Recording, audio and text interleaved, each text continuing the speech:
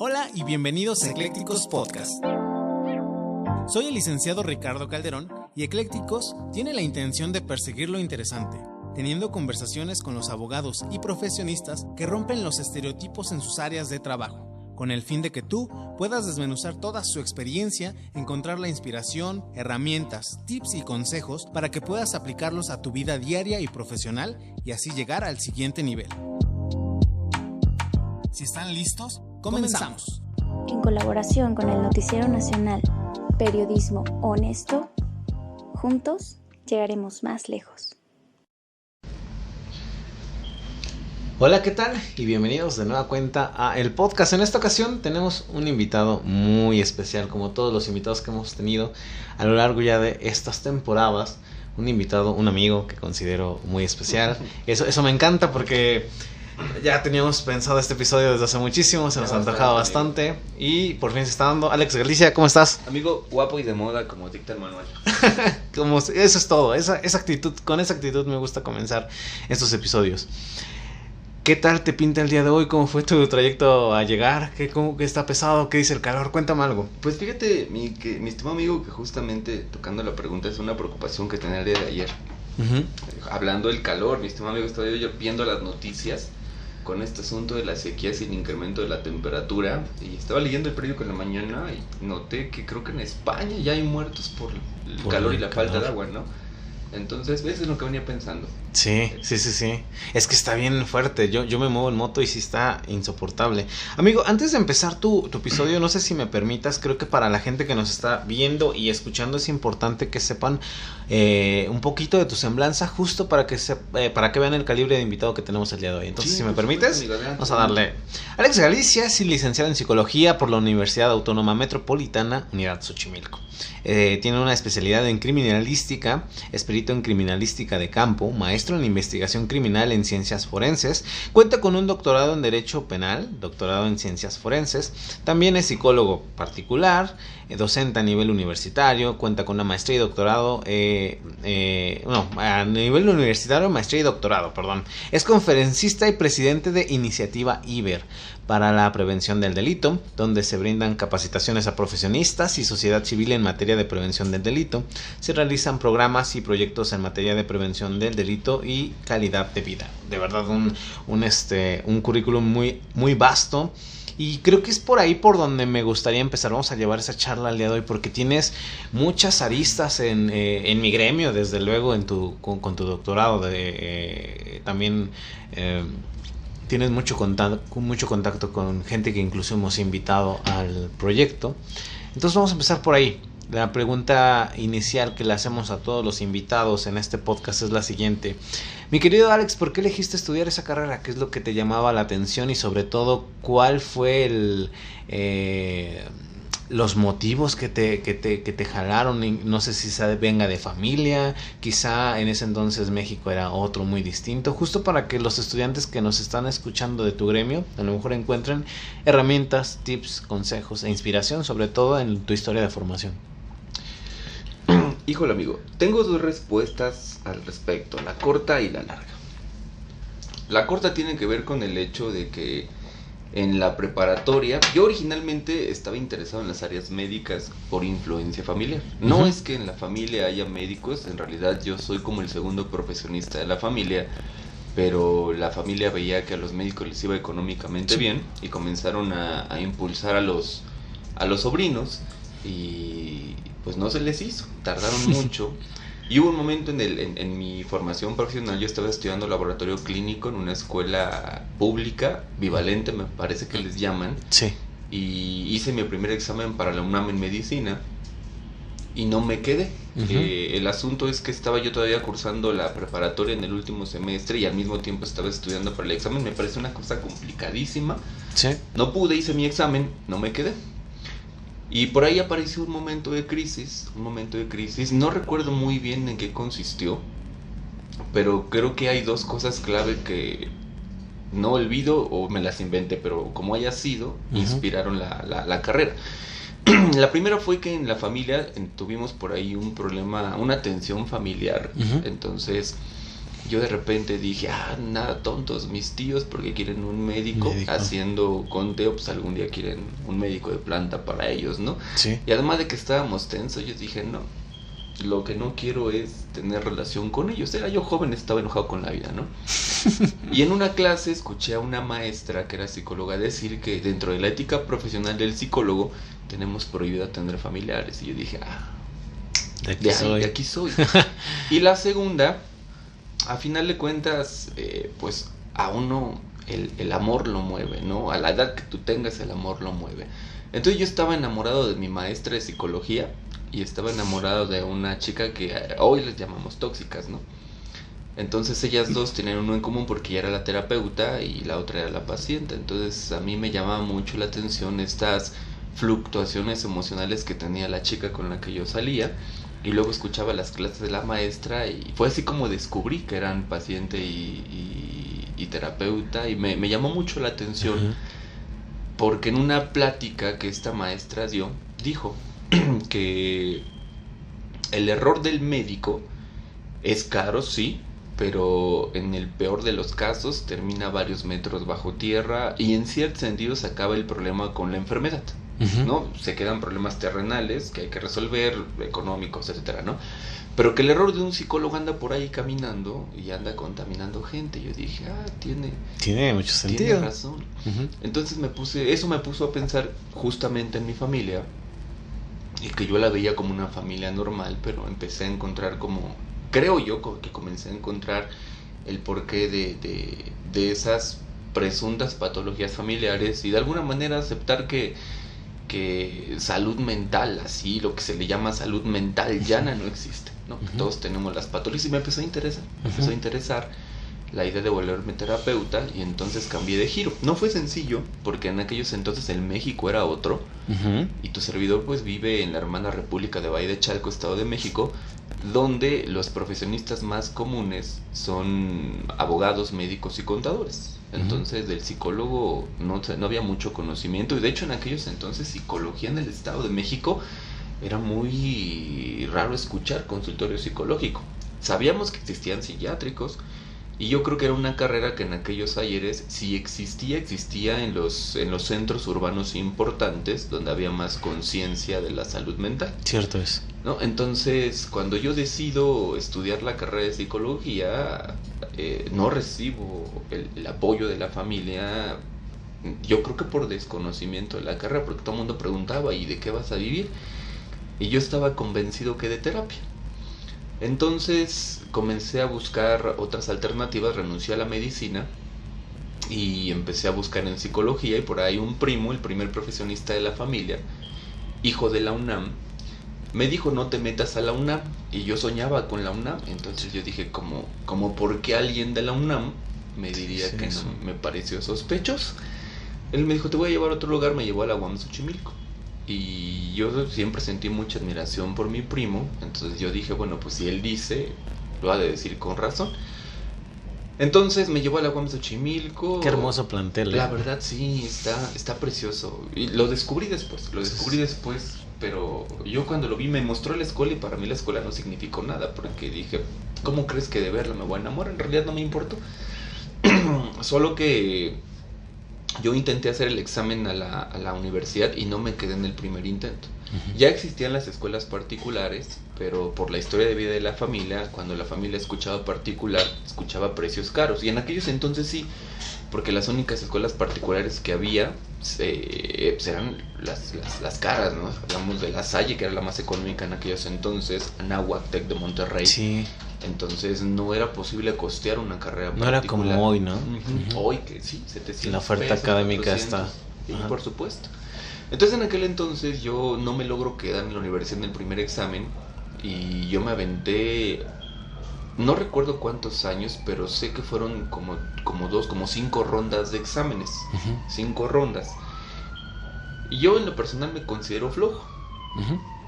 Entonces, para mi 5.º examen, en mi familia me dicen, es el último examen que te vamos a patrocinar, si no te quedas, trabajas. Hizo la magia. Entonces hice mi examen en aquel entonces para la UNAM, el Poli y la UAM, y me quedaba siempre a pocos aciertos según los resultados. De hecho, en aquel entonces la UAM y el Poli no te decían cuántos aciertos, solamente la UNAM. Pero yo tomaba como referencia la UNAM, me quedaba pocos aciertos. Entonces hice mi examen y en esa última ocasión hice examen para las 3 universidades, UNAM, UAM y Politécnico. Pero primero salió el de la UAM. Entonces me entregaron mis resultados y me enteré que me quedé en la UAM. Y después volví a hacer los exámenes para UNAM y Poli y me quedé también en ellas. Pero yo ya había empezado a estudiar en la UAM y me gustó porque, repito, yo soy flojo. Entonces yo iba a la escuela 3 horas diarias. Y entré y no te dejaban tareas, no te dejaban, pues sí, ni tareas ni exámenes. Y yo dije, esto está hermoso. Está hermoso, ¿no?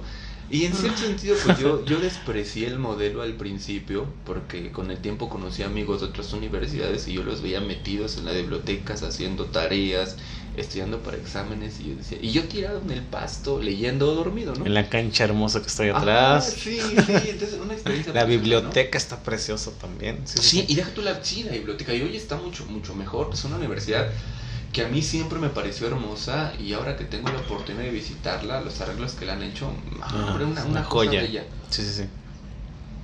Pero eso es lo que hace bonita a la UAM, y es lo que hace bonita la historia de la psicología y lo que hace que me enamore de ella. Uno, porque no fue bien recibida en la familia. Cuando yo me levanto por la mañana y les digo me quedé en la universidad, mi mamá, chale, ¿no? Entonces cuando lo platican con la familia pues órale, ¿no? Porque no era como mi primo que era abogado y ubican la carrera del abogado en psicología, todo el mundo pues. Entonces la pregunta frecuente era de qué vas a vivir, y yo decía de terapia. Pero en la universidad me dijeron que no nos iban a formar como terapeutas. Entonces yo dije, ¿qué hago yo? ¿No? Esa fue mi preocupación, pero me importó poco, ¿no? Me dediqué a la universidad. 2, el modelo me gustó porque en lo personal la UAM me daba tiempo para mis aficiones personales. ¿A qué me refiero? Yo no era muy buen lector y apenas empezaba a leer.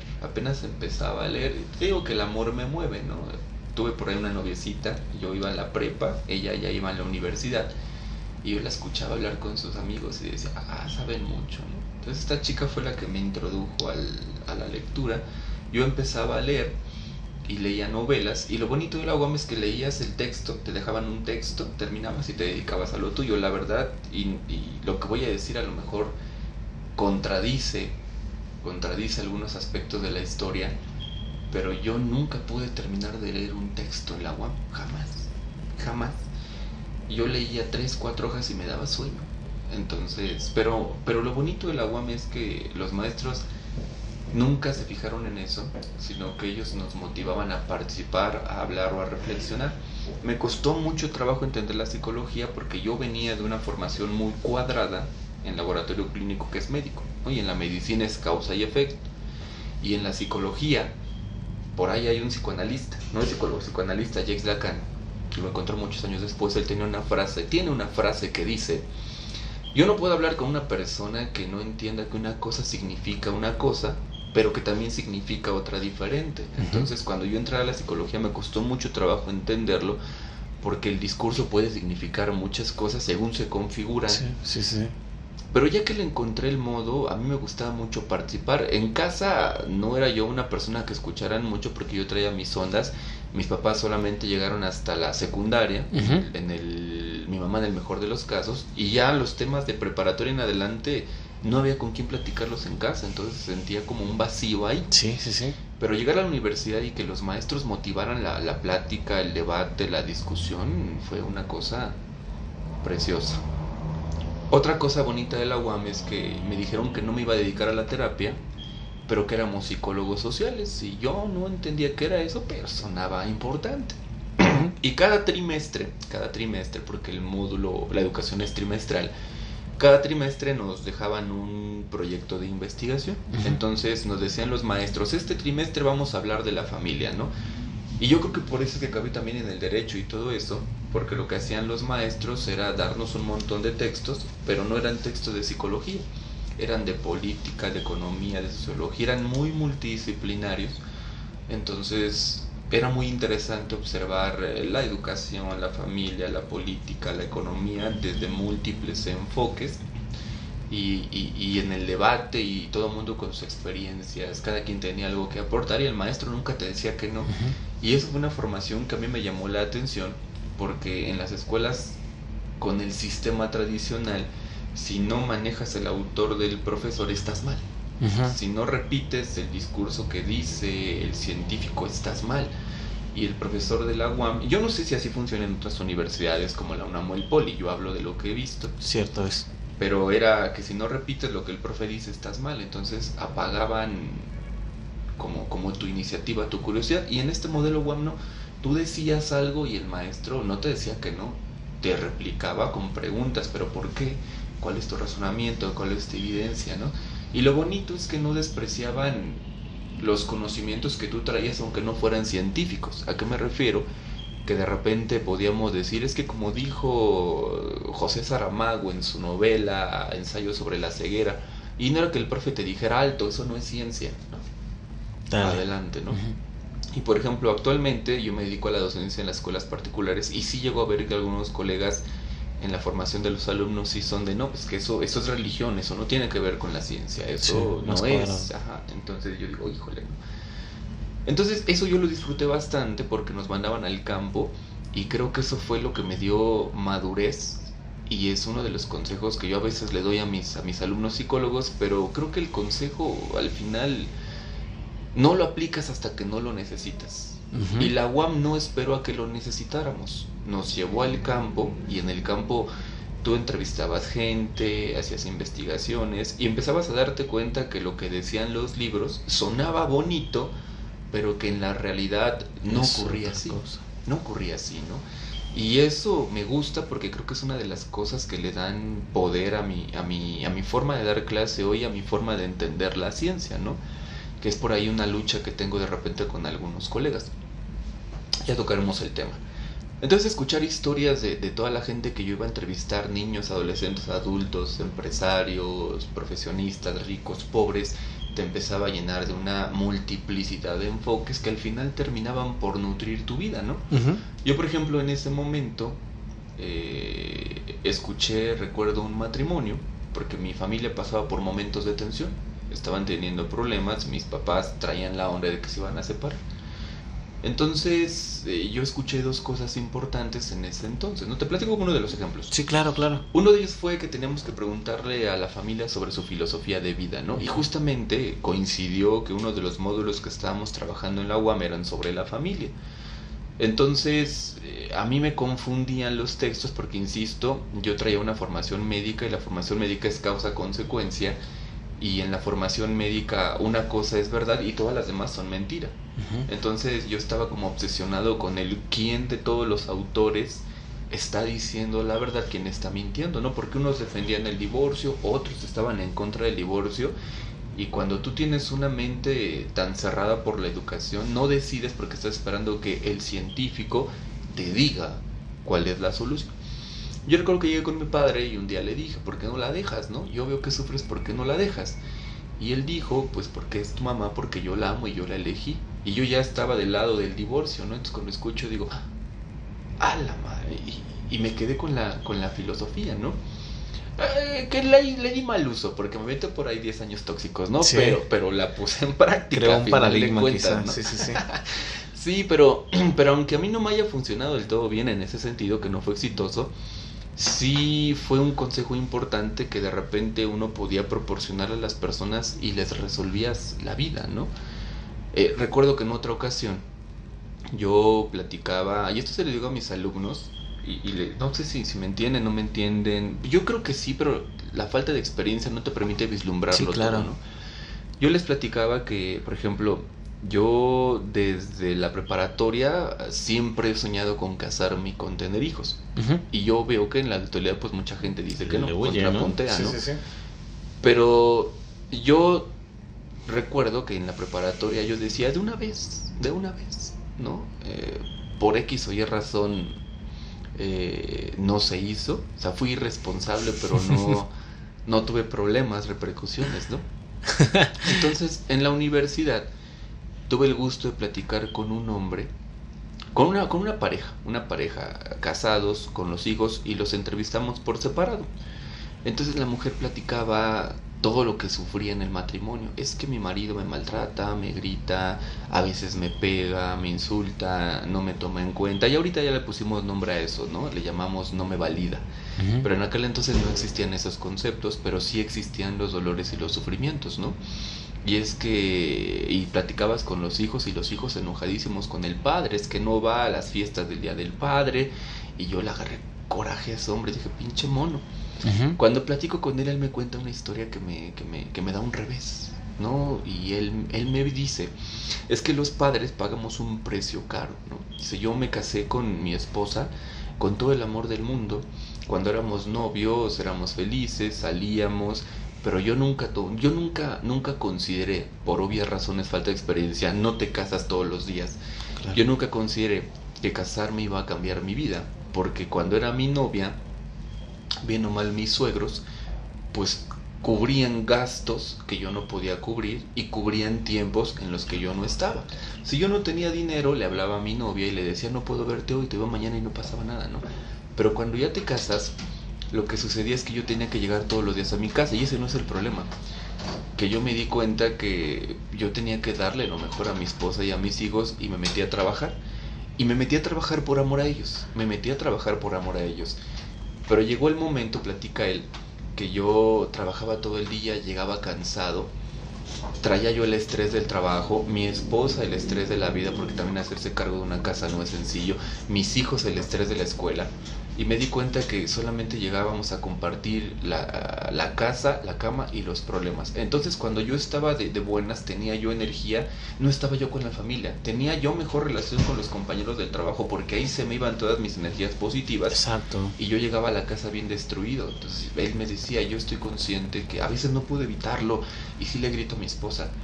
A veces no pude evitarlo y me nalgué a mis hijos, y sí le he llegado a levantar la mano a mi esposa, pero no es por falta de amor, es porque la vida a mí me desborda. Entonces en el fondo yo estoy molido, estoy arrepentido, quisiera poder arreglarlo, ¿no? Varios años él me platicaba, yo logré esto, ¿no? Y tú entrabas a su casa, y su casa muy bonita. O sea, yo logré todo esto por amor a ellos, y a ellos no les falta nada, les falté yo. Fue un sacrificio que tuve que hacer, pero cuando yo logré darles esta casa, cuando yo logré darles esta estabilidad económica, y volteé para atrás, me di cuenta todo el desastre que dejé. Pero no lo dejé porque yo fuera malo, sino porque alguien tenía que pagar el precio, alguien tenía que ser el malo de la historia. Sí, claro. Cuando yo escucho esa historia, me quedo pensando y digo, a mí me gustaría formar familia, pero no me gustaría eso. Entonces no me dio el consejo, pero lo entendí. Entendí que lo primero que habría que hacer era consolidarte como persona, sí, y económicamente. Y encontré, yo decía, debe haber la forma, ¿no? De encontrar una dinámica de trabajo que te dé un sueldo respetable y también te dé tiempo para tu familia. Y con el tiempo se amplió la visión, tu familia, tu vida personal es importante. Entonces eso fue lo que configuró mi visión de la vida, pero no hubiera llegado yo a ella de no ser porque la UAM me lanzó al mundo. A lo mejor yo no trabajaba en ese momento, muchas experiencias laborales yo las desconocía, pero conocí historias de la gente y después entendí que realmente los científicos, bueno, a mí me enseñaron un científico neutral, un científico que no se involucra con el mundo, pero cuando yo hice esos ejercicios dije, no hay manera en la que el científico no se involucre con el mundo, por muy objetivo que diga que es, ¿no? Entonces yo empecé a romper con la idea de que nosotros no influimos en el mundo como científicos. Claro que influimos, ¿no? Influimos. Así como ellos influyen en ti, aunque no quieras, ¿no? Escuchar sus historias. Y eso es lo que le da sentido a lo que varios años más tarde se va a convertir en la iniciativa Iber. Ahí se empezó a gestar, aunque yo no sabía que en eso se iba a convertir. La UAM nos dio mucho este enfoque social, ¿no? Solamente que la UAM tenía un problema. El problema de la UAM es que es muy analítica, es muy crítica, pero no sé ahora, pero en aquel entonces no pasaba de criticar. No pasaba de tenemos un problema, no pasaba de investiga y describe el problema. De ahí no pasaba. Es decir, lo que hacía falta era una solución. Entonces me da la impresión de que yo fui formado en una cosa a la que le llaman la escuela crítica. Y la crítica se queja que es algo muy parecido a la criminología mexicana actual, que yo le digo a mis alumnos, mira, está muy bien tu crítica, pero ¿qué propones para resolver, no? Y yo lo entendí varios años más tarde, porque uno se casa con el modelo, y luego me hizo crítico, me hizo observador, me hizo dudar de mis conocimientos. Yo no me di cuenta en ese momento, pero yo ya estaba aprendiendo victimología, ya estaba aprendiendo criminología, ya estaba viendo que no siempre las víctimas son víctimas de a gratis, que a veces uno participa directa o indirectamente con la configuración del escenario que te va a terminar por victimizar. Ahí hay debates, ¿no? Entonces la UAM forma esa preocupación por la gente. Me hizo ver pobreza, me hizo ver dolores, me hizo ver historias, y me hizo preguntarme si uno tiene que aceptar esas historias, porque la conclusión final es: estamos en México, así son las cosas. Pero tú te quedas con la inquietud, ¿en serio así tienen que ser? Debe de haber una forma. Al final terminó la universidad. Lo bonito de la universidad es que en la formación no se quedaba en el aula, se abría tanto el debate que tú te ibas al comedor y bromeaba, decías con tus compañeros una sarta de burradas, pero eran burradas teóricas, ¿no? Entonces nos echábamos albur freudiano, estábamos tomando cervezas, no hagan eso, bueno, ustedes decían lo que van a hacer, pero estábamos tomando cervezas, pero no dejabas de escuchar tú en las cervezas, en la comida, jugábamos videojuegos, escuchábamos canciones de José José, y de repente, espérate, ¿escuchaste ese enfoque Foucaultiano que tiene José José? Ah, como dice el filósofo José José. Entonces la UAM hace de la educación un estilo de vida que creo que muchas escuelas no consiguen. Muchas escuelas establecen, creo yo, el límite entre el único espacio de formación es la escuela, y fuera de la escuela no se aprende. Pero la UAM logró hacer de la educación algo que no se quedaba en el salón ni en la universidad, sino que se iba contigo a todos lados y estabas consciente de ello, ¿no? Entonces para nosotros ya era un fenómeno perfectamente natural que en nuestras conversaciones vulgares, en nuestros chistes, en nuestros albures, en nuestras guarradas, estuviera la teoría de por medio. Y eso es algo que yo, por ejemplo, disfruto mucho con mis alumnos. De repente me gusta cuando ya los escuchas en cuatrimestres avanzados que están por salir, que ya se apropian del lenguaje técnico, pero digo, se tardaron mucho, ¿no? Y en la UAM, como todo el tiempo estás masticando el lenguaje técnico, el lenguaje teórico se vuelve algo natural, ¿no? Entonces yo termino mi formación de la UAM, salgo al campo de trabajo y no encuentro trabajo. A mí me tocó un 2009 donde estaba, según yo, en mi cabeza, la segunda ola del feminismo. Y el feminismo de la UAM, en la UAM se vivió en el sentido de que los alumnos y los maestros nos uníamos a las peticiones de las maestras y las compañeras. Entonces no es que saliéramos a hacer marchas, y yo sé que lo que voy a decir va a herir susceptibilidades, pero lo digo porque es importante para mí marcarlo. No salíamos a hacer marchas y destrozos, más bien nuestra lucha era intelectual, era lucha por espacios políticos, por abrir foros, por informar a la gente, por debatir con las autoridades y explicar por qué era importante el derecho de la mujer, ¿no? Y sus derechos a la salud pública. En aquel entonces ya se manejaba la filosofía de mi cuerpo, mi decisión, y los hombres éramos muy respetuosos de la filosofía, pero había algo muy interesante. Yo sé que voy a sonar bien machista, si lo quieres decir así, bien patriarcalista, pero fueron mis tiempos. Entonces era un feminismo que entendía, creo yo, el aspecto filosófico del feminismo, pero no lo mezclaba con las relaciones sociales cotidianas. ¿A qué me refiero? De repente uno podía echar coto en la escuela y le puede decir a tu amigo puto, y todo el mundo te escuchaba, pero todo el mundo entendía que no estabas haciendo referencia a la homosexualidad, sino que estabas haciendo referencia a la condición de la cobardía, ¿no? Entonces de repente en esta dinámica el psicoanálisis, que fue la escuela con la que nos enseñaron, era muy sexual. Entonces el lenguaje de la sexualidad se convirtió en algo común, y hablar de sexualidad se volvió un fenómeno natural entre hombres y mujeres. Y esto era muy interesante porque es ahí donde yo sentía que se vivía la igualdad.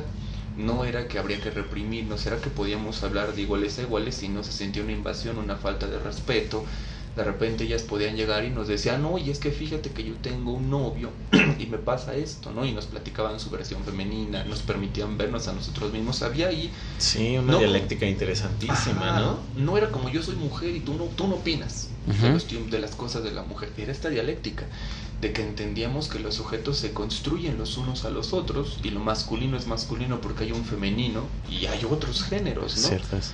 Entonces se volvía una convivencia de contrastes, de debates, de argumentaciones.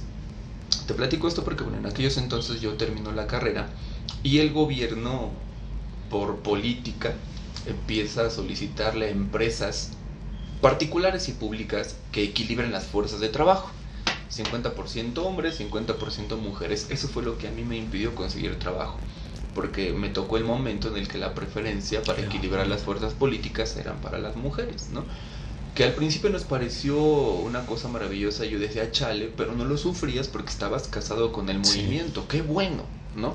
Con el tiempo entendimos que no iba por ahí, ¿no? Que si bien es cierto era importante la integración de la mujer al trabajo, también no podrías integrar por integrar, ¿no? O sea, a final de cuentas, si hablamos de un puesto político importante, necesitas a alguien, sea hombre, sea mujer, que tenga la capacidad de llevar el puesto, ¿no? Y no es una cuestión de género, es una cuestión de que cada quien desarrolla talentos, ¿no?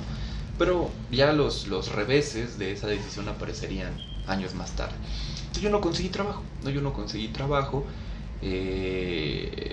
Yo sé que voy a sacar el trauma aquí, pero es que el trauma forma parte de la historia. Sí, es parte de... El trauma forma parte de la historia. Yo tenía una noviecilla con la que duré 3 años de universidad y uno más, que al final un día me deja, porque ella consigue trabajo en gobierno, yo no. La relación se vuelve insostenible, un día me deja y me pega una depresión brutal como consecuencia de todo este asunto de lo que se logra con el feminismo. No estoy diciendo que esté mal, pero entendí una cosa. Más adelante la voy a citar, pero pongo este elemento de contexto para traerlo a colación más adelante, ¿no? Entonces yo me aventé un año buscando trabajo por aquí, por allá. 2 años me tocó vivir en carne propia la discriminación por el color de piel, por el donde vives, por tu condición económica, por la universidad en la que estudiaste. En aquel entonces no te criminalizaban por ser hombre, hoy sí, o yo lo siento como una criminalización, a veces uno lo vive, en aquel entonces no, simplemente no eres mujer, no es tu momento, estamos buscando otras cosas. Me tocó el transporte rosa y me tocó ver lo incómodo que era cuando a ti, hombre, te mandaban a un lugar lleno de un montón de personas y no tenías la comodidad ¿no? que también merecemos nosotros, porque pues de alguna manera todos estamos ahí, pero también entendías que era un ejercicio importante porque había acosos, había molestaciones. Según yo había menos que ahora, pero posiblemente porque no había redes sociales que te informaran de todo lo que pasaba, ¿no? Cierto es. Solo conocías lo local. Pues esa situación de no encontrar trabajo, de que todo el mundo me decía es que eres psicólogo social y no te puedo contratar en la clínica porque necesitas experiencia terapéutica, no te puedo contratar en la empresa porque no sabes aplicar pruebas, no sabes hacer nada. Y yo dije, no sé hacer nada, ¿no? Y eso me llevó a regalar mi trabajo en muchos lugares. Aprendí terapia psicológica porque uno de mis primeros trabajos fue de becario en el DIF y me pagaban 500 pesos a la quincena por dar terapia de 9 de la mañana a 3 de la tarde, ¿no? Pero ahí me empezaron a dar mi formación psicológica. Y entonces mis colegas que me estaban enseñando se metían a mis terapias, me enseñaban a aplicar pruebas y me decían, güey, es que tú nunca lo has hecho, pero traes una formación bien groserísima, ¿no? Y yo entre mí dije, ¿y cuándo aprendí esto, no? ¿Cuándo me formaron así? Fue cuando entendí el efecto WAM. Entonces en el efecto WAM no te llenan de teorías, es práctica. De práctica y reflexión y construcción del conocimiento. Entonces, que nos hayan obligado a nosotros, no obligado porque obligado suena como que lo sufrimos, ¿no? Que nos hayan metido temas de derecho, de antropología, hizo que no se sintiera una agresión. ¿A qué me refiero? Yo veo a mis alumnos hoy, ¿no? Psicólogos. Y de repente yo entiendo que hay aspectos psicológicos que colindan con aspectos jurídicos, como la ética profesional, por ejemplo, como el área forense, y algunas prácticas que nosotros tenemos llegan a caer en lo antijurídico porque no conocemos la ley, ¿no? Y cuando yo le hablo a mis alumnos de derecho, les pesa y lo escupen porque es como una bacteria a la a que el cuerpo se resiste, lo sienten muy obligado. Pero la UAM nos metió los temas así desde que empezamos y nunca sentimos la invasividad. Nosotros pensamos que era psicología, ¿no? Nos engañaron quizás porque, oiga maestro, esto es política, no, es psicología política. Oiga maestro, esto es no, es psicología antropológica, ¿no? Entonces, fue básicamente yo viví lo que viven los criminólogos ahorita, ¿no? A cualquier cosa ponle forense y ya lo hiciste criminológico, aunque no sea cierto, ¿no? Nos aplicaron esa. Entonces, al lugar al que yo iba a buscar oportunidades de trabajo, resulta que no tenía yo las habilidades de trabajo según las empresas porque no tenía la experiencia, pero tenía la capacidad porque la UAM te hizo así. Sí, te formó así. Entonces la UAM te decía, no tienes herramienta, a ver cómo lo resuelves. Y tú aprendías, ¿no? Entonces estuve en un DIF como terapeuta y aprendí a aplicar pruebas, aprendí a hacer mis peritajes. Yo no sabía la responsabilidad que implicaba el peritaje hasta ahora, ¿no? Y luego escucho a nadie hablar y me siento regañado, ¿no? Pero yo aprendí, yo aprendí ahí, ¿no? El peritaje empírico. Pero lo que le gustaba mucho a mi jefe era que mi visión antropológica, jurídica, política, de repente nutría las carencias de él como psicólogo, ¿no? No me lo dijo en ese momento. Ya me lo dijo muchos años después. Oye, amigo, fíjate que esto es algo que yo aprendí de ti. Qué chido, ¿no? O sea, yo me sentía inferior porque pues uno no sabe para qué sirve lo que tienes, ¿no?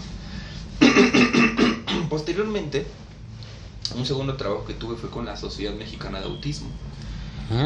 No sé si todavía exista, pero en aquel entonces... Gran tema, ¿no? El autismo. Sí, y fíjate que fue una experiencia muy interesante.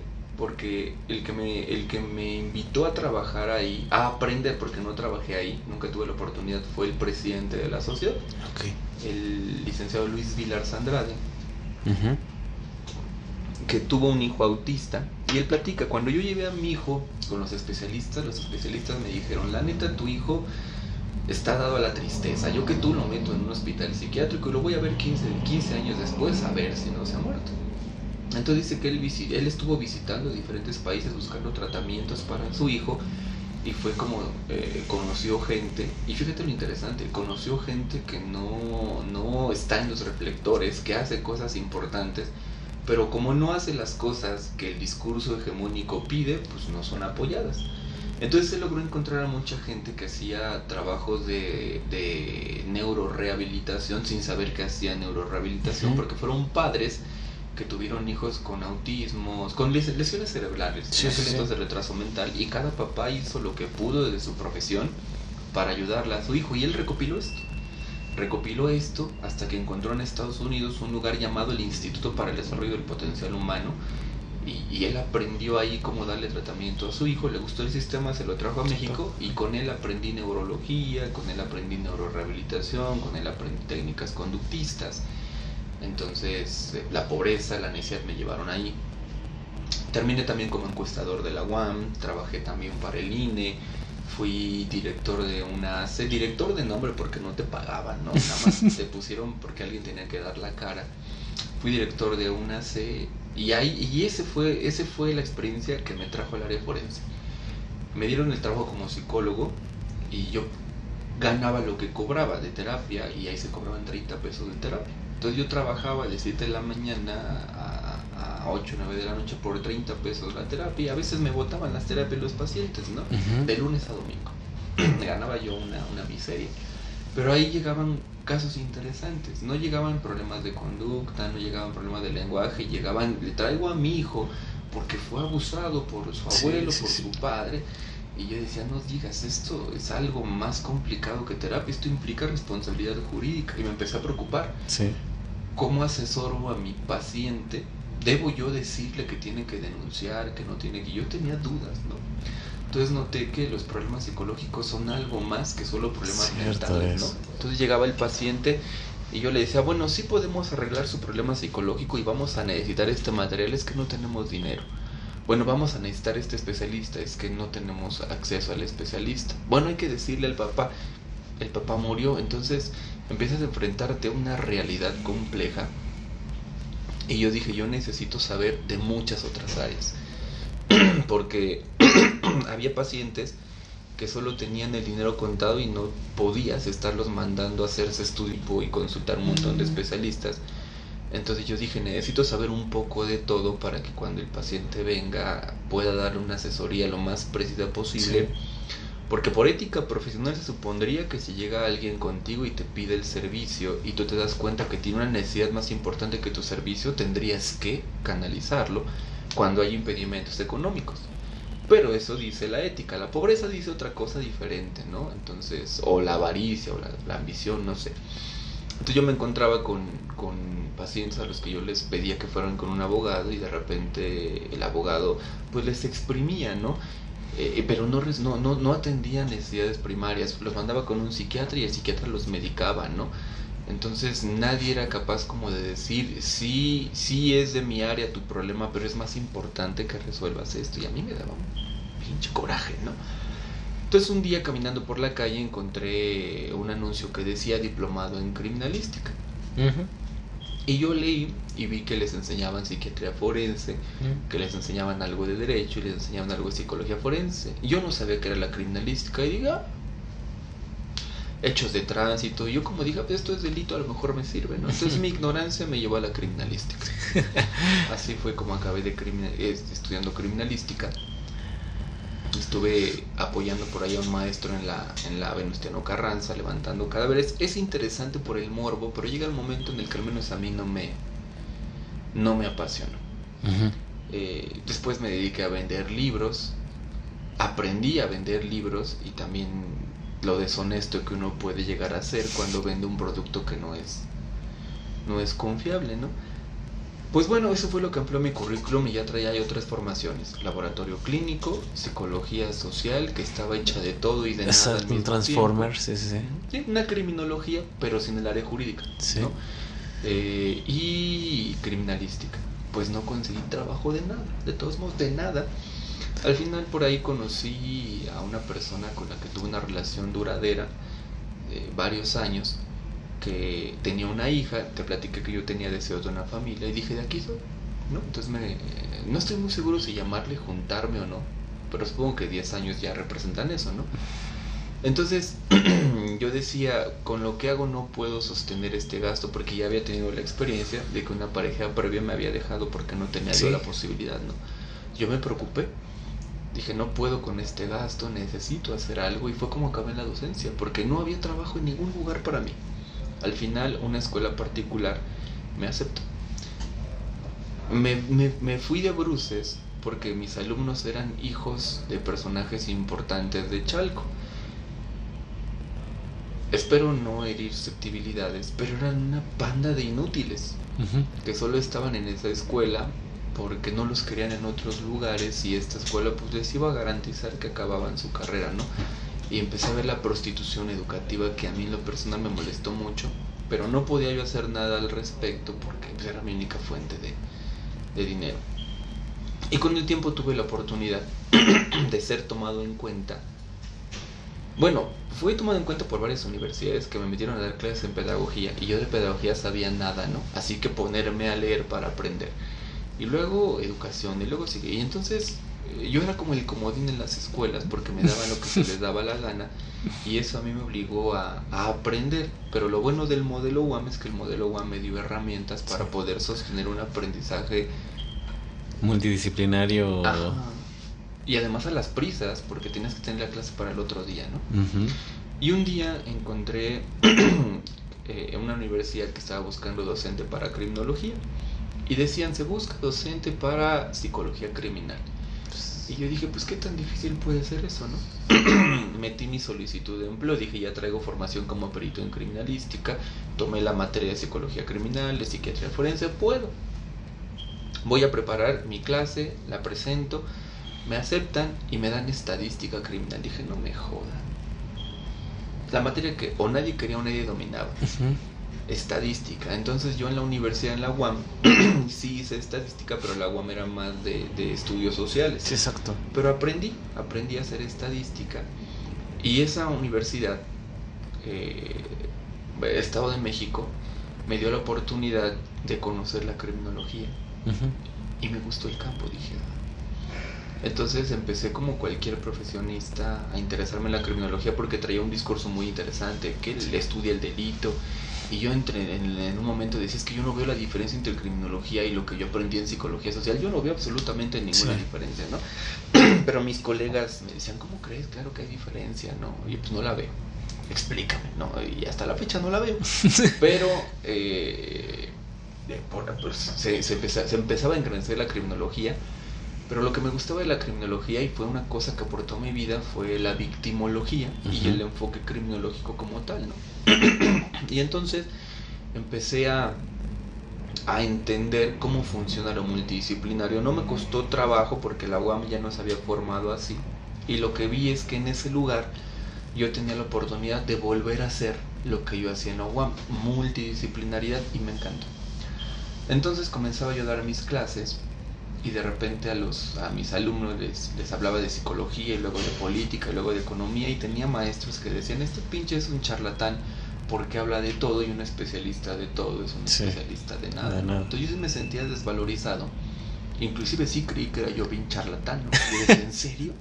Y comencé a dudar de mí, pero la escuela en ese sentido pues me mantuvo no era yo el profe favorito, pero me mantuvo en la plantilla porque supongo que algo aporte.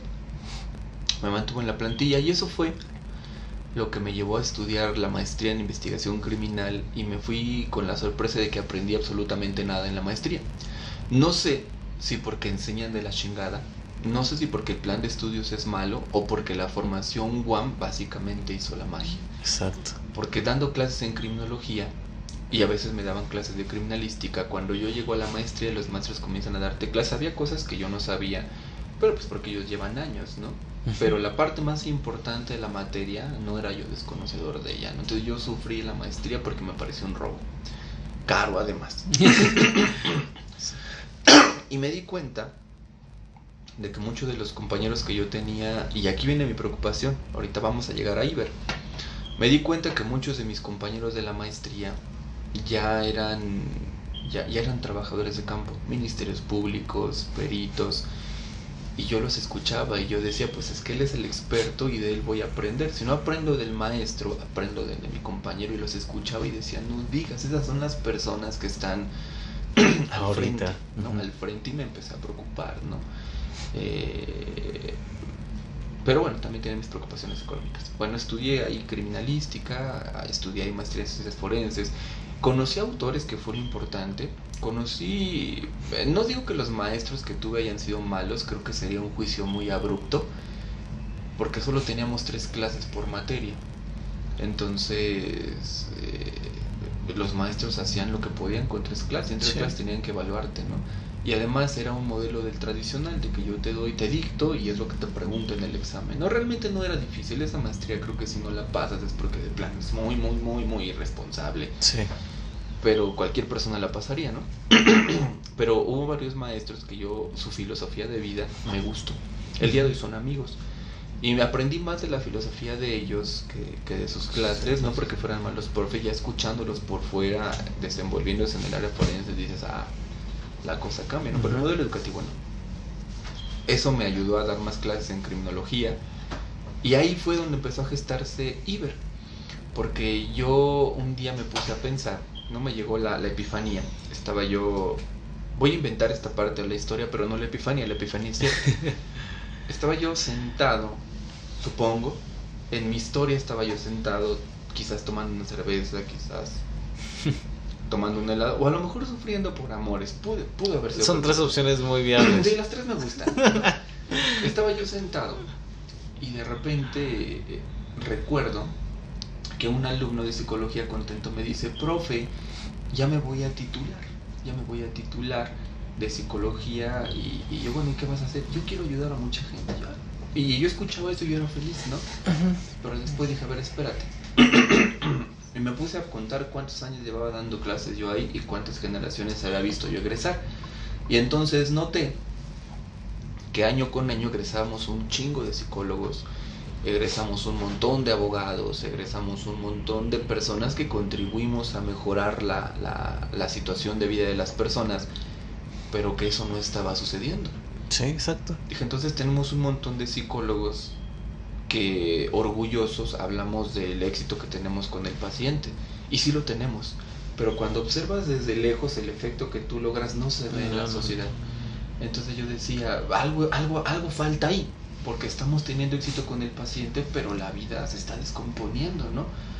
Entonces eso me empezó a carcomer, y yo dije, no, está bien que atendamos al paciente, pero debe de haber alguna manera en la que al atender al paciente podamos tener un impacto en la sociedad, y comencé a cambiar el discurso psicológico. A mí me decían en la psicología que por ética profesional no podemos obligar a un paciente que no quiere tomar terapia a tomar terapia, Cierto. por ética profesional. Entonces yo decía, pues qué friega, ¿no? Porque entonces hay que convencerlo. Y empecé a preguntarme, porque estás en criminología y en psicología. En criminología empecé a preguntarme, pero entonces el que delinque, si no quiere dejar de delinquir, no tiene futuro. Entonces, ¿por qué la criminología habla de reinserción social?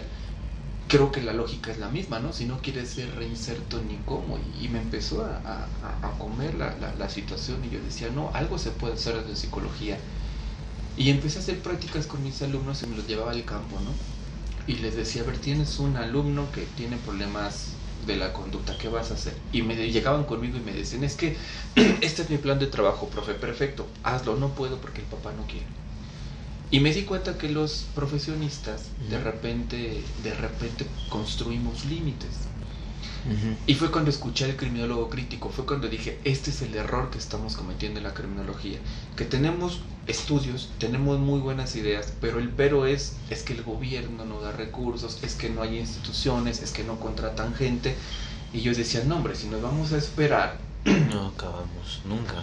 Entonces empecé a darme cuenta que muchas ideas de los psicólogos y muchas ideas de los criminólogos y muchas ideas de las personas con buenas intenciones tenían ese límite, que estaban esperando que se construyera el mundo perfecto para poder intervenir. Fue cuando yo le empecé a decir a mis alumnos, mira, entiendo que quieres que el papá venga a escuchar la terapia, pero no viene. ¿Cómo vas a resolver el problema tomando en cuenta que el papá no viene?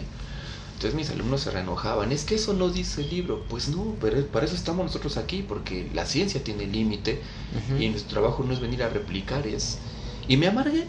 Y aquí tienes un amargado, ¿no? Tienes un amargado ya, porque yo decía, no, ¿cómo me vas a decir que porque el libro no dice, ¿no? Entonces nuestra responsabilidad como profesionistas es, pues, aportar una solución a algo que no la tiene, ¿no? Y dejar de comernos el es que no se puede, ¿no? Y me sentaba con mis amigos criminólogos que ya los tenía, ¿no? Oye, ¿y cómo se hace esto? Y escuchabas el mismo discurso, es que el gobierno, las instituciones de control, no hay recurso, no hay apoyo. Sí, pero ¿cómo le vas a hacer? No se puede porque el gobierno, y me dio más pinche coraje, ¿no? Y me decepcioné de la criminología y de los criminólogos mexicanos. Un día me puse a investigar, a ver, ¿qué criminólogo mexicano ha aportado algo a la criminología? Y no me refiero a un libro, porque hay gente que escribe hartos libros a lo bestia. Me refiero a alguien que haya hecho algo. Un cambio. Entonces a mí me decían mis alumnos y mis colegas, pero es que tú ni eres criminólogo, ¿por qué vienes a criticar? Y yo dije, a ver. Y me puse a observar a todos los autores que citamos en criminología y ninguno es criminólogo. Antropólogos, abogados, psiquiatras, pedagogos. Entonces los criminólogos fueron formados en la escuela del no criminólogo. Por eso la criminología es disciplina, ¿no? Toma conocimiento de muchas ciencias. Ya al día de hoy ya vemos gente que es criminóloga que ya empieza a aportar, pero en aquellos entonces no. En realidad el conocimiento criminológico venía de otras ciencias médicas, biológicas, neurológicas, y de hecho observa, por ejemplo, las capacitaciones actuales, ¿no? Las capacitaciones actuales de criminólogos son psicología criminal, psiquiatría criminal, medicina forense. Entonces está bien porque es parte de la formación, pero en ningún momento ves criminología. Es un montón de cosas que componen a la criminología, pero no ves criminología, lenguaje corporal, alieginología forense. Por ahí hay un sujeto que habla de criminología esotérica y es bueno, ¿no? Suena bonito el discurso y vendes constancias, ¿no? Y vendes diplomados y vendes cursos, pero te das cuenta que no funciona. Entonces yo empiezo a pensar, ¿cómo puedo hacerlo con mi trabajo? Me di cuenta que la fuerza de trabajo más importante que tengo no soy yo, son los alumnos. Entonces comenzamos a ir a campo y empiezo a llevar al alumno a lugares donde sé que hay problemas con los que yo me di cuenta que la psicología es algo más que un problema de conducta. Y afortunadamente yo tuve esta experiencia en Ciudad Neza. Ahí estaba la escuela, y Neza es uno de los lugares que en su momento bien abandonados en todos los sentidos. Yo estudié en Neza incluso, entonces llevaba yo a mis alumnos a las preparatorias de Neza, a los psicólogos, a ver, tienes un problema, atiéndelo, ¿no? Y mis psicólogos no lo desconocen, lo conocen por vida personal, pero la ciencia de repente baja un telón y te hace ignorarlo. Entonces mis alumnos se enfrentaban al paciente y decían, profe, yo me identifiqué con el muchacho porque fíjese que ese muchacho tiene problemas de alcohol, de drogadicción, compró un boleto de 8,000 pesos para el concierto de Bad Bunny, está jodidísimo el chico, ¿no? Y yo dije, sí está jodidísimo. Entonces, los muchachos empezaron a darse cuenta de eso, ¿no? De que la psicología que se les estaba enseñando era una psicología que de repente ignoraba los problemas, una parte de los problemas reales, ¿no? Porque sí tomaba en cuenta problemas, pero se olvidaba de esto, de que detrás de estos problemas de conducta hay una familia en descomposición. Totalmente. Hay alcohol, hay drogas, hay muchas cosas. Y entonces vi que a veces yo no podía cambiar a la gente porque yo no siempre soy empático con la gente, yo incluso llego a caer mal, es mi impresión, pero mi alumno sí podía conectarse. Entonces, en una experiencia que tuvimos ahí, yo les estaba enseñando a mis alumnos a hacer pruebas psicológicas. No aprendimos nada de pruebas, pero aprendimos mucho de humanidad. Entonces se acaba la oportunidad porque la escuela nos dice, ya no podemos seguir con su proyecto, profe, porque no están aprendiendo nada los muchachos, así que vamos a cortarlo. Yo regreso a esa escuela unos meses después y me reportan los directivos y los maestros lo que sucede después. Platican que los maestros jamás habían sido escuchados por nadie, los alumnos jamás habían sido escuchados ni por los maestros ni por los compañeros, y cuando eras escuchado nadie te entendía, ¿no? Entonces los chicos que fueron a hacer prácticas ahí fueron el puente, ¿no? Eran chicos que estaban en medio porque eran alumnos pero también eran maestros, y logran conectar alumnos con maestros, y dije, ahí está. Empecé a entender que un profesionista puede tener ideas, pero si no mueves gente, si no conectas tu proyecto con la gente, la idea se queda en idea y se convierte en frustración. Entonces entendí que hacer algo por una sociedad requiere una sociedad que participe, que los esfuerzos individuales no hacen. Y empiezo a experimentar con Iber. Y empiezo a darme, bueno, todavía no nace Iber, pero empiezo a reunir todo lo que yo había aprendido en todas las licenciaturas en las que di educación, en las que fui maestro, y entendí que la pedagogía al final se vincula con la prevención, y entendí que la psicología trae prevención, que el derecho trae prevención, que todos los caminos llevaban a la prevención. Y fue cuando conocí el concepto de prevención. Eso me empujó a estudiar el doctorado en Derecho, porque yo dije, no entiendo cómo funcionan las leyes, la política, ¿por qué creemos que una ley funciona? Porque yo era un asiduo defensor de vamos a hacer un desmadre para crear una ley, y era un asiduo defensor de me siento satisfecho porque hay una ley. Pero cuando ya me metí al doctorado, en el mismo lugar en el que estudié la maestría, lo que conocí fueron personas, porque aprendí nada, pero los maestros, de repente te acercabas a ellos y léete esto, léete aquello, léete lo otro. Fui educado por algunos abogados que me dijeron que eran importantes, pero como yo no conocía el gremio de abogados, por eso era un desvergonzado y me acercaba, ¿no? Yo creo que si yo los hubiera conocido me hubiera achicado, me hubiera dado pena hablarles. Pero yo llegaba y les preguntaba, ¿no?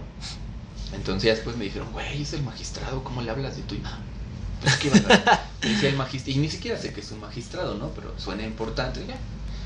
Entonces yo escuchaba los trabajos, y así fue como conocí a un sujeto llamado Emilio Calatayud, un juez de Granada, España, que su trabajo me pareció una cosa maravillosa.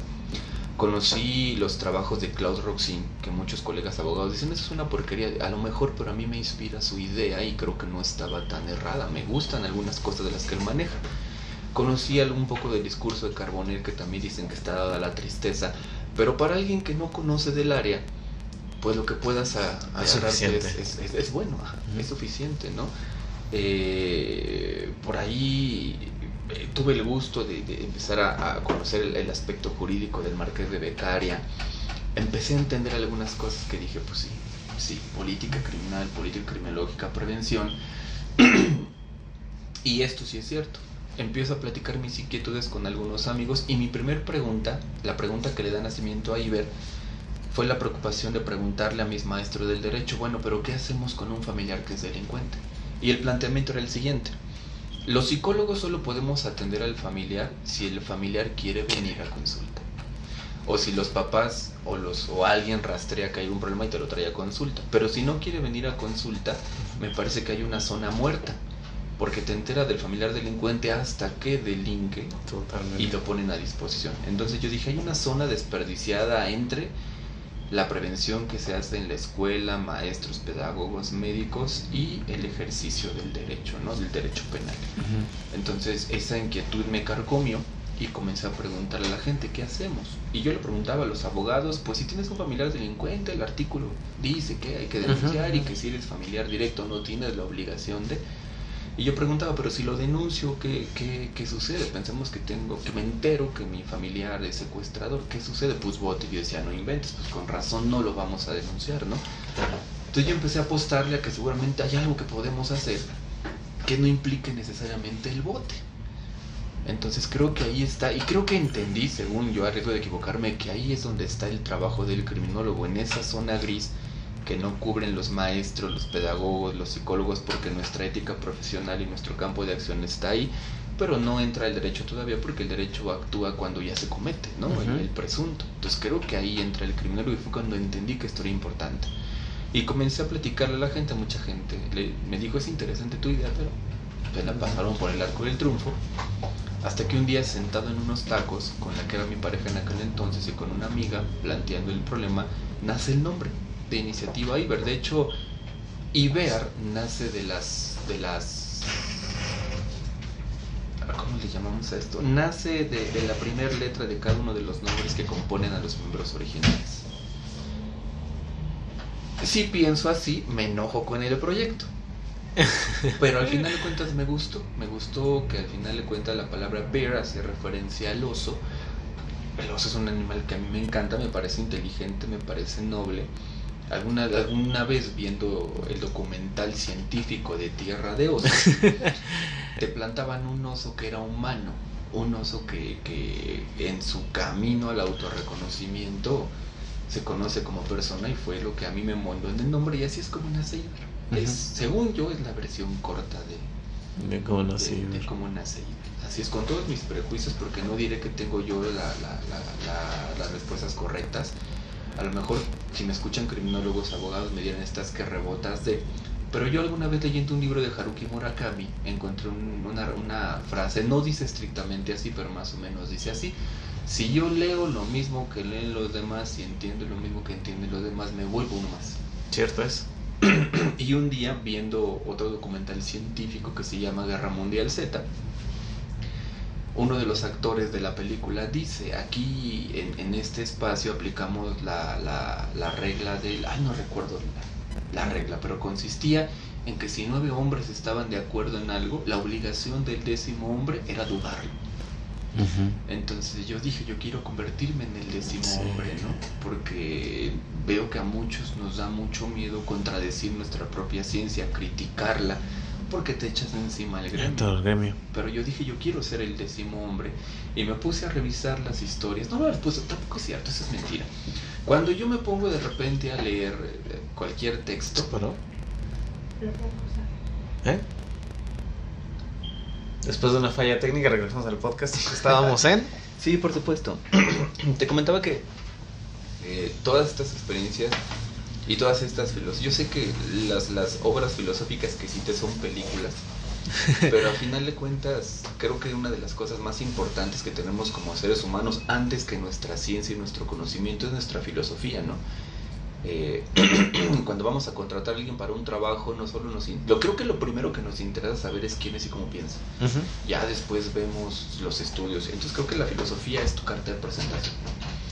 Entonces yo dije, no, yo quiero convertirme en ese 10º hombre, ¿no? Porque no quiere decir que estoy en contra de la ciencia o de mi ciencia, sino que te preguntas, pero ¿qué pasa con esto? ¿Qué pasa con esto? Y de repente uno queda insatisfecho con las respuestas. ¿A poco hasta aquí llega la ciencia? ¿No? ¿A poco no se puede hacer más? ¿No? Sí. Y si no se puede hacer más, entonces me parece que ya no tendría sentido lo que hacemos. Hay que reconocer que es una payasada porque no se puede mejorar. Totalmente. Entonces, leyendo de repente, porque en la profesión de docente te dedicas a eso, a veces te encuentras las historias de esos personajes que hoy admiramos y que hoy decimos, como dice el autor fulano de tal, y le damos la razón. Pero cuando lees sus historias y sus tiempos históricos, ellos fueron el 10º hombre. Galileo en su momento, René Descartes en el suyo, Wittgenstein en el suyo, y no fueron tan perfectos, ¿no? Por ahí yo leía historias de filósofos que el día de hoy son filósofos que la gente cita, pero en su momento defendían el nazismo, defendían la lucha contra la homosexualidad. Eran hombres a final de cuentas, ¿no? Pero hombres que en la medida de sus posibilidades y de su tiempo histórico se convirtieron en el 10º hombre, ¿no? Uno pensaría que como el nombre del autor está en el libro, vivió en la opulencia, pero te encuentras muchos autores, muchos investigadores, muchos pensadores que sus ideas les costaron la libertad, les costaron la vida, les costaron las oportunidades de trabajo, que murieron enfermos, que murieron solos. Y yo dije, híjole, o sea, no es que yo quiera morir así. Sí, claro. Pero me parece que ese 10º hombre es el que nos ha traído a donde estamos, ¿no? Todos esos 10º hombres han construido estas ciencias que nosotros tenemos, de las que nos enorgullecemos ser especialistas. Pero para convertirnos en este especialista, alguien tuvo que dudar en algún momento de eso para poderlo... Como cambiar el status quo incluso, de poder dar un paso adelante. Sí, por supuesto. Y atreverse a contradecir un discurso hegemónico siempre ha sido de valientes, ¿no? Y yo al principio pensaba que esto era de estar a favor o estar en contra, pero después vas creciendo, vas madurando tu vida personal, te sigues preparando, vas conociendo más historias sobre tus héroes, que en este caso muchos de ellos son teóricos, y notas cómo con el tiempo ellos encontraron el equilibrio entre esto sí me gusta del pensamiento hegemónico y esto no. Entonces esa fue la filosofía con la que yo decidí fundar Iber, la filosofía del último hombre, de lo que hacemos suena bien, pero hay que observar si está funcionando, ¿no? Y si no está funcionando, ¿cómo lo vamos a mejorar? Si tú me dices que hay un problema, dime cómo lo vamos a resolver. No te claves en el problema, ¿cómo lo vamos a resolver? ¿No? Y la gente que me ha ayudado me dice, pues es que dímelo tú, es que si yo supiera te lo diría. Y apelo a ti porque tú tienes otras experiencias, tienes otros conocimientos, y a lo mejor si nos juntamos. El único problema con Iber es que Iber no es telonero. ¿A qué me refiero? Que al ser el 10º hombre luego te aleja de las cámaras. Exacto. Y hay mucha gente que prefiere el prestigio que el compromiso con la ciencia, ¿no? Entonces, la historia de mis padres, la nobleza de mi padre, la formación de la UAM, los maestros que conocí, hicieron esta filosofía que a mí me gusta, ¿no? La preocupación por el otro. No prescindo de lo económico, porque con el tiempo entendí que las buenas intenciones requieren financiamiento, pero a mí me gusta la preocupación por lo social, ¿no? Y siempre que me dices que tu preocupación es tonta, ¿no? No estás tomando en cuenta esto, pues entonces te invito a que tú te sumes y tú lo tomes en cuenta, ¿no? Porque yo no puedo presumirme el que conoce, ¿no? Por ejemplo, yo tengo mucha resistencia al feminismo actual por el feminismo que yo viví, ¿no? Sí. Y yo le digo de repente a mis chicas, y aquí es donde viene lo multidisciplinario, ¿no? Yo les digo a mis alumnos, y luego esto me genera problemas, antes no me han corrido del trabajo. Les digo, mira, yo entiendo que estamos sufriendo violencia, yo entiendo que nos están pasando cosas, lo entiendo, ¿no? Y en otro momento yo era defensora así de vamos a salir a hacer un desmadre al mundo para exigir nuestros derechos. Pero cuando te tomas la molestia de meterte por accidente o por interés a revisar el área ecológica, a revisar el área económica, a revisar prevención del delito, te das cuenta que son buenas intenciones, pero nos cuesta un montón de desperdicio de recurso económico que se puede convertir en otras labores sociales importantes, ¿no? Totalmente. Ponerte a quemar cosas para defender tu idea, a lo mejor tiene lo romántico de defender la idea, pero tiene el contra de la contaminación, ¿no? Entonces luego viene el enojo del hoy no circula, y luego viene el estoy enfermo de la tos y no me quieren dar servicio de atención médica. Entonces no hemos desarrollado esa capacidad de poder observar que lo que hacemos, aunque sean buenas intenciones, podría venir acompañado de un efecto nocivo, ¿no? Totalmente. Entonces yo le decía a las muchachas, mira, no es que uno sea machista, no es que uno sea misógino, a final de cuentas uno es hombre y no es una justificación vana, hablo desde el sentido de que yo no tengo la experiencia de una mujer. Si tú no me cuentas la experiencia y no me dices lo que pasa, con la apertura a platicar jamás te voy a entender, ¿no? Porque cuando tú me platicas, a veces yo siento tus pláticas como una agresión y yo me cierro. Pero Punto Morado, por ejemplo, en Iber, las chicas que me apoyan abrieron un proyecto llamado Punto Morado, invitan a las mujeres a contar su historia y me tocan. No siento los odio a todos, ¿no? Sí. Siento una historia y no me siento repelido, no me siento criticado, me siento incluido en la historia y digo, sí, comprendo, ¿no? Entonces ya comprendo en mi mente, en la medida de mis capacidades, tu historia, pero no comprendo lo que se siente vivirla, ¿no? Porque no he estado ahí, posiblemente nunca lo esté, pero tú ya me acercas, ¿no? Regresando, yo le digo a mis chicas, mira, yo comprendo tus quejas, ¿no? Y está muy padre. Y ya conseguimos la ley que tú buscas, pero realmente eso arregla el problema por el que tú estás luchando. Y muchas personas que están embebidas en el discurso, sí, claro que sí, dime cómo, ¿no? Pues es que ya hay más castigo a violadores y abusadores, perfecto, ya hay más castigo, pero ¿de dónde viene ese violador? ¿De dónde viene ese abusador, no? Entonces les comento, mira, a lo mejor no lo has notado, pero a veces nosotros apoyamos personajes porque tienen una propuesta de ley. Y con esa propuesta de ley se ganan un puesto político, se ganan nuestra simpatía, pero que eso resuelva nuestros problemas. Pero siempre encuentras el que dice, no, pero es que la creación de una ley es un ejercicio democrático, y te avientan el discurso jurídico, político, el que tú quieras, y no digas el discurso, suena romántico y suena bonito, pero la pregunta es, los hechos fácticos, ¿cuáles son, no? Entonces yo le platicaba a mis alumnas, le digo, mira, y a mis alumnos en general, no está mal que tú vayas y le reclames al Estado que algo no se está haciendo bien, pero estaríamos pensando que el Estado tiene una naturaleza diferente que nosotros, como si no fueran hombres, como si el Estado estuviera compuesto por personas que son de un grupo social diferente al nuestro, pero no. Sí. A veces tú tienes un hermano que es policía, tú tienes un amigo que es ministerio público.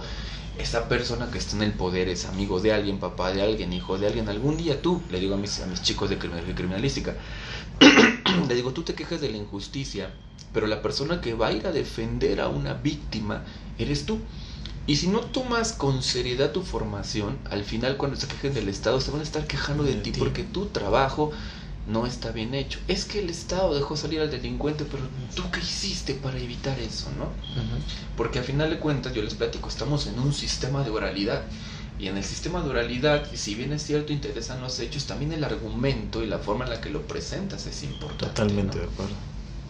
Si tu argumentación carece de, pues al final de cuentas no tienen por qué darte la razón.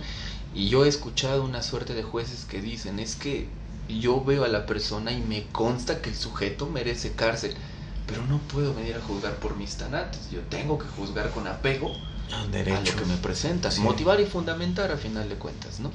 Si yo le platico a mis muchachos, cuando vamos a pedirle al gobierno un alto a la delincuencia, creo que también tenemos que pedirle a la sociedad y a nosotros mismos un alto a lo que hacemos, ¿no? Pero no es tan simple como decir, es que mi amigo dice comentarios misóginos y eso produce la misoginia, ¿no? Es más complejo que eso, ¿no? Entonces, toda esta filosofía, mi querido amigo, es lo que forma la visión Iber. Iber tuvo dos momentos. El primer momento, con el equipo original, que perdimos la bandera y yo no estaba contento, porque uno de los personajes que nos acompañaba era de yo voy a dar conferencia. Yo decía, está bien, porque sirve para dar a conocer un proyecto, ¿no? Pero a mí me preocupaba el efecto. Y yo decía, a mí no me satisface ir a dar un taller a una escuela, ir a dar una conferencia. Me satisface el asunto de que te dan un papel, te tomas foto, lo publicas en las redes, conocemos la frase, Dios le da sus peores batallas a sus mejores guerreros, y los que faltan siempre triunfando. Suena bonito para embellecernos, pero el resultado efectivo no existe, ¿no? Entonces yo le decía a mi equipo de Iber, me gusta que demos conferencias porque nos vemos bien trabajando con Guardia Nacional, nos vemos bien trabajando con la Policía Federal, nos vemos bien trabajando con FGR, pero si no están cambiando las cosas, no está haciendo nada. Sí, no pasamos de ser pamplinas, ¿no? En el entendido de que la pamplina es que sí estamos haciendo algo, pero solo para nuestro engrandecimiento, punto, ¿no? Y comencé a preocuparme por eso. Se rompe esa sociedad de Iber inicial y se forma un segundo momento de Iber, ya como asociación civil constituida, se integran dos muchachas que a mí me vienen a cambiar la vida, porque te metes tanto en el debate con el científico que pierdes el suelo. Porque estarte peleando con el científico te cientificiza. Y las chicas que se suman al proyecto Iber están estudiando, creo que una ya acabó la carrera en criminalística, la otra sigue estudiando, pero como no se han pervertido de la ciencia, siguen siendo humanos. Entonces ellos decían, quiero traer a una ama de casa a la entrevista. Y uno como científico le hace el feo, ¿no? Porque, como una ama de casa, ¿no? A mí tráeme a Luigi Ferraioli, no sé, a Ricardo, tráemelo, porque él sabe, ¿no? Uno se casa con el experto, ¿no? Pero ellas comenzaron a traer al humano. Tenemos una TikToker y yo, las TikToker. Pero cuando la TikToker se presenta... Y ellas me dieron una cachetada con guante blanco, porque en el proyecto de las chicas, que es un proyecto de entrevistas, no se presenta la TikToker, se presenta la persona. Y dije, wow, ¿no? Yo me había olvidado, lo predico en clase, pero me había olvidado de que hacemos esto para la gente, y si no llega a la gente, entonces somos un circo de teatreros, ¿no? Entonces Iber tiene esa esencia en un segundo momento, tiene esa esencia, esa es la política con la que trabajo. Yo les digo a las muchachas, miren, yo por mi contaminación científica de repente dudo de fulano, pero le vamos a dar la oportunidad. Vamos a darle la oportunidad que se suba al podio y que diga lo que hace y que lo sabe hacer, y vamos a pegarle con todo para que nos demos. Pero es que es nuestro amigo, no importa, ¿no? Él sabe a qué viene. Entonces, yo lo que le digo a las muchachas, a mí me encantaría un día llegar a una conferencia, dar mi tema, y cuando diga preguntas alguien me contradiga, y no, nos volvemos unos fast fashion, ¿no? Vete a saber que la gente nos tiene miedo, o no está de acuerdo pero no te lo dice, ¿no? Y yo le digo a las chicas, es que es importante que alguien nos critique, porque si no vamos a acabar pensando que tenemos la razón. Creando un paradigma sobre uno roto, que es lo más peligroso de hacer, ¿no? O sea, rompes uno y creas uno nuevo. Sí, amigo. Y de hecho la vida dice por ahí la frase, ¿no? Pide y Dios te dará.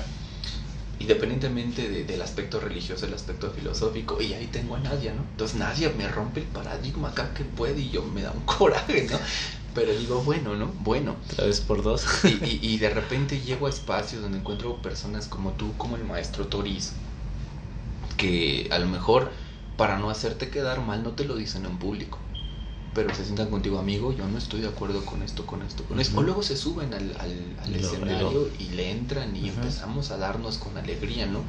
Y esto es lo triste de nuestra educación. Nuestra educación le hizo creer al alumno que alguien va a ganar, y ese alguien va a tener la razón, ¿no? Entonces al final el alumno se va con, no aprendí nada, porque al final esto o lo otro, ¿no? Claro que aprendiste a pensar, sí, lo aprovechaste, ¿no? Sí. Entonces luego ves a los profesionistas fuera del ring y los ves tan amigos como siempre, y eso a mí me hace sentir como mis héroes, ¿no? Yo recuerdo que, por ejemplo, pienso en Freud, pienso en Foucault, pienso en Lévi-Strauss, que siempre tuvieron un filósofo, un pensador que iba a sus conferencias a contradecirlos, ¿no? Y uno pensaría que eran enemigos, pero eso los engrandeció, eso hizo que se sentaran y llenaran esos huecos vacíos, y me hacen sentir así, y yo siento que vivo el sueño. Sí. Me recordaste hasta Hegel y hasta sus detractores. Yo creo que en muchas veces ni él mismo se entendía, pero de ahí parten muchísimas cosas. Entonces sí. ¿Y dónde ves a Iber?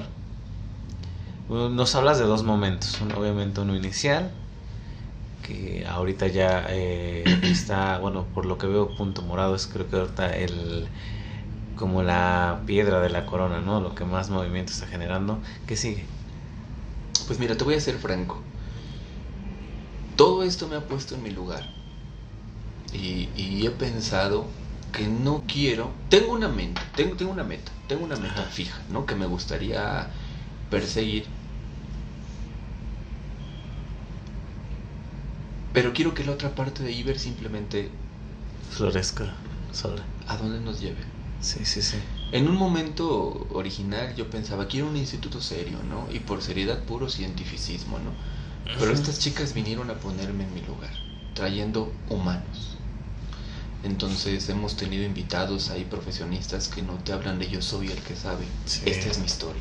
Se vulnerabilizan, y es la manera de impactar, es la única. De hecho, cuando aprendes a contar tu historia, justo como lo que hoy estás haciendo, es cuando cuando impactas con la gente. Y al final eso es lo único que tiene sentido, ¿no? Sí, y eso a mí me encantó. Entonces esas chicas son oro, ¿no?